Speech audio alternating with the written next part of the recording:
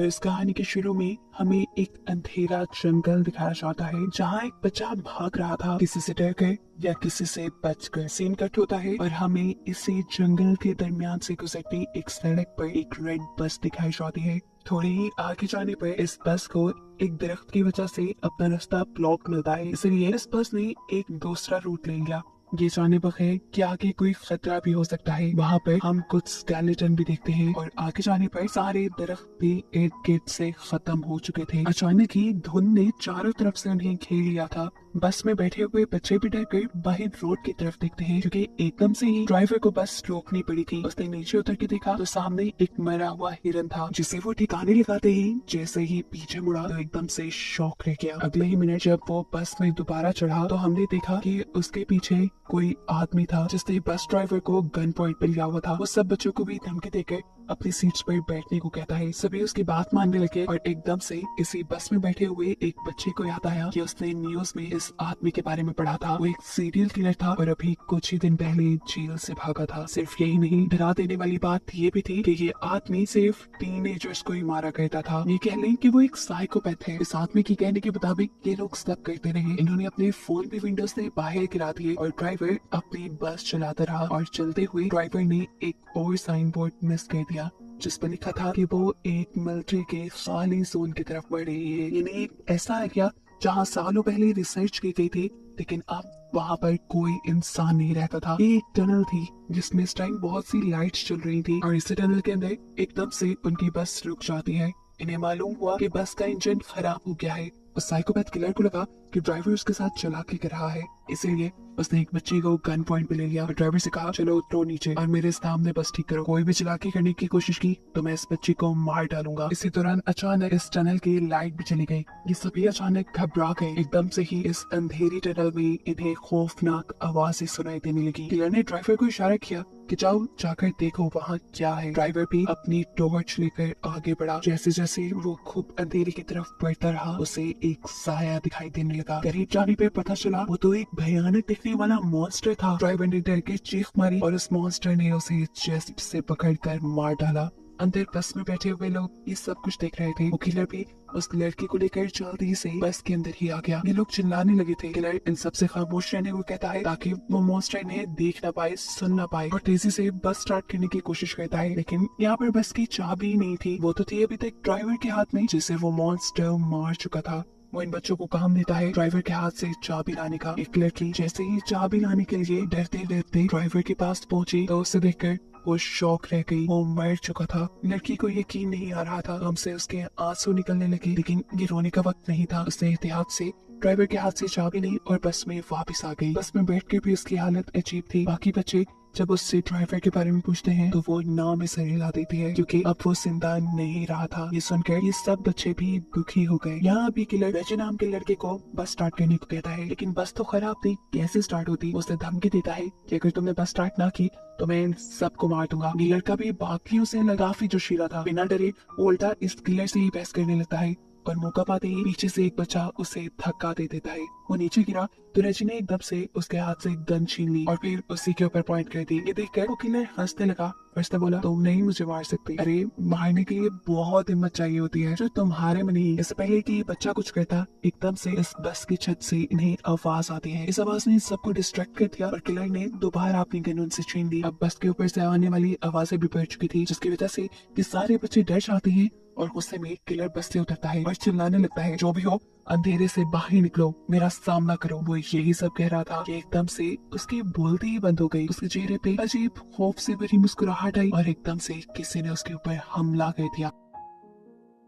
हमला करने वाले ने उसका सर धड़ से अलग कर दिया था और बस के अंदर से ये देखकर बच्चे बिल्कुल शॉक रह गए। वो खामोश हो चुके थे क्योंकि उन्हें क्रिएचर यानी मॉन्स्टर की एक हाथ में उस आदमी का सर और वो खौफनाक सी दिखने वाली क्रिएचर नजर आ रही थी। उसके हाथ में बहुत सारे टेंटिकल्स थे जो उसने इस आदमी के सर के अंदर फंसाए हुए थे। इन्हें समझ ही नहीं आ रही थी कि ये क्या करें। ये लोग अब अपनी जान बचाने के लिए इस बस के अंदर रहने का ही डिसाइड करते हैं, लेकिन तब तक ही जब तक इन्हें अपने बस के बाहर से अजीब आवाजें सुनाई नहीं देने लगी थी। कड़कड़ाती हुई आवाज से बस का दरवाजा खुला और इन्होंने बस के सीट के ऊपर उसी मॉन्स्टर के बड़ी बड़ी हाथ देखे। इन्हें मॉन्स्टर बस के अंदर आ चुका था, जिससे बचने के लिए ये बस के दूसरे डोर से नीचे की तरफ भागने लगे, पर ये दरवाजा नहीं खुला। उनके हाथ में टॉर्च थी जिसका मुंह गलती से जब मॉन्स्टर की तरफ होता है तो ये नोटिस करते हैं कि मॉन्स्टर इस लाइट से डर रहा है। बस इसी चीज का फायदा उठाते हुए इन्होंने उस मॉन्स्टर को लाइट के जरिए ही दूर रोक के रखा कि जितने में इनकी बस का दरवाजा भी खुल गया और ये लोग बस से उतर गए। लाइट को मॉन्स्टर की तरफ रखते हुए ये लोग आगे की तरफ भागते रहे और पहुंचे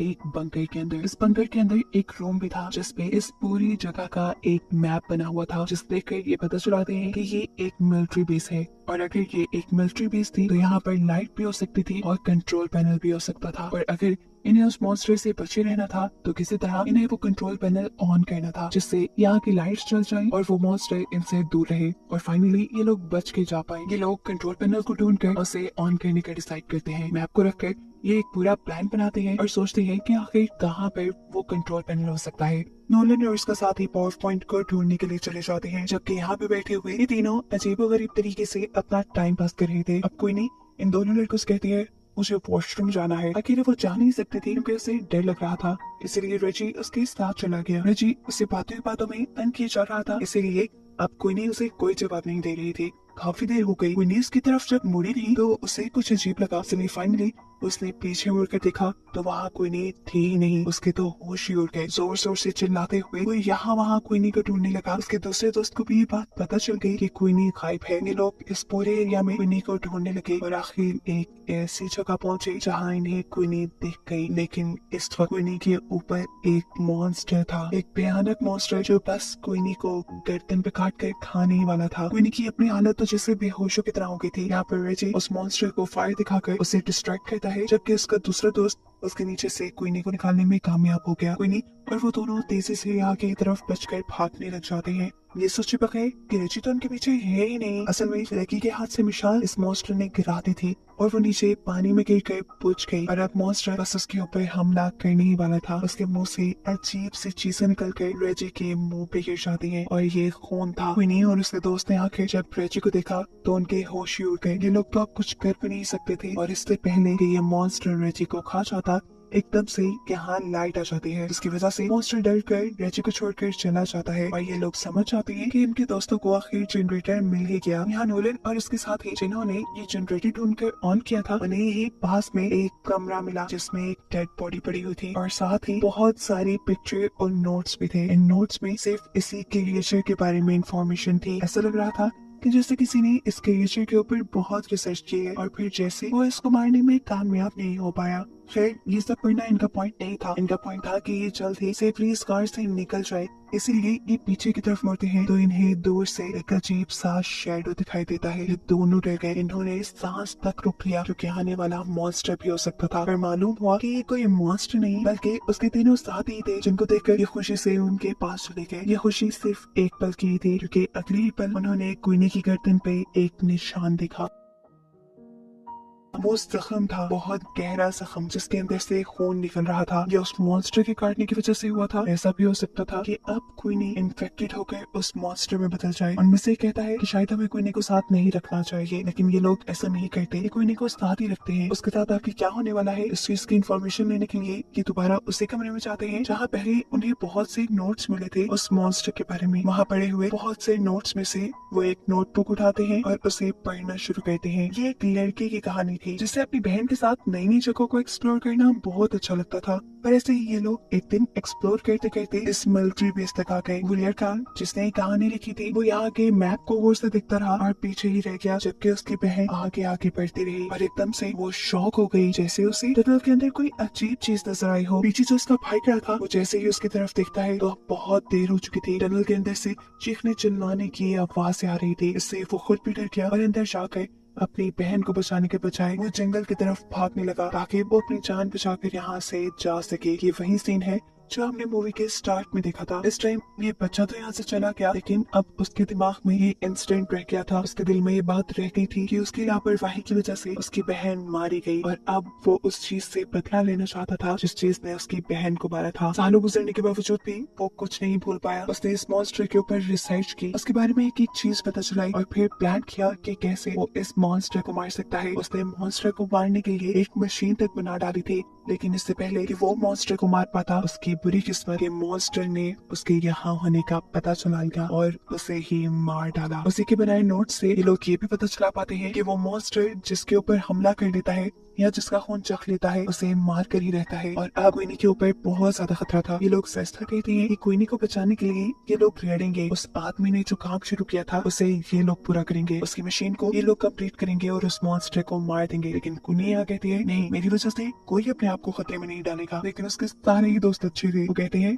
नहीं, हम सारे यहाँ से जिंदा ही बचकर निकलेंगे। ये सोचकर ये सभी एक दूसरे को गले लगाते हैं और फिर एक साथ अपने प्लान पे वर्क करना शुरू कर देते हैं। कुछ देर की मेहनत के बाद ये लोग उस आदमी की बनाई मशीन को मुकम्मल कर भी लेते हैं जो अब पूरी तरह काम कर रही थी। ये देखकर ये लोग बहुत खुश हुए। लेकिन अभी मेन काम बाकी था, उस मॉन्स्टर को इस मशीन के सामने लाना, जिसके लिए ये लोग एक ट्रैप बनाते हैं। क्वीनी के खून से भीगे हुए कपड़े ये लोग एक खाली जगह पर रख देते हैं ताकि उसे सूंघते हुए वो क्रिएचर वहां तक आ जाए। थोड़ी दूरी पर उन्होंने क्वीनी को भी खड़ा किया हुआ था ताकि मॉन्स्टर सही जगह पर आए और ये लोग फिर लाइट चलाकर उसे मार दें। इनके प्लान के मुताबिक वो मॉन्स्टर इनके सामने आया भी। खुशबू सूंघते हुए उसने क्वीनी के कपड़े भी उठाए, लेकिन ये क्वीनी नहीं थी। वो जान गया था ठीक इसी टाइम पर नोलन को वो ट्रिगर नीचे करना था, लेकिन बदकिस्मती से वो ट्रिगर फंस गया और ऐसे मॉन्स्टर क्वीनी को ढूंढते हुए उसके पीछे आ गया। इससे पहले क्यों क्वीनी के ऊपर हमला कर देता, ठीक वक्त पर वो लोग उस मशीन का ट्रिगर ऑन कर देते हैं और बहुत सारी लाइट उस मॉन्स्टर पे पड़ने पर मॉन्स्टर क्वीनी को छोड़ देता है। क्वीनी और उसके दूसरी साथी तेजी से भागते हुए टनल से बाहर निकल आते हैं और यहाँ बेकी का साथी तेजी से भागते हुए उस मॉन्स्टर के पेट पे स्टैब कर देता है। लेकिन इनकी बदकिस्मती क्या उनके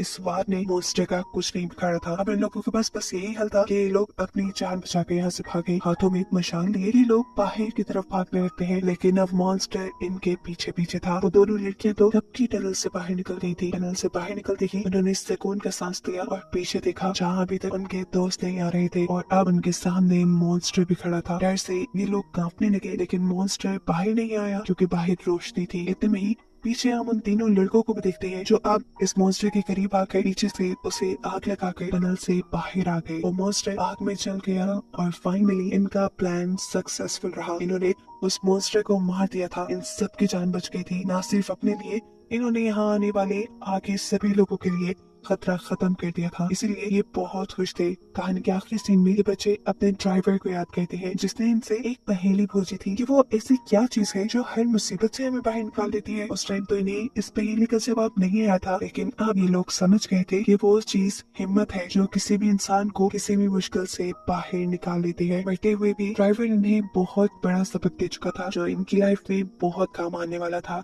और बस यही बताते हुए कहानी यहाँ खत्म हो जाती है।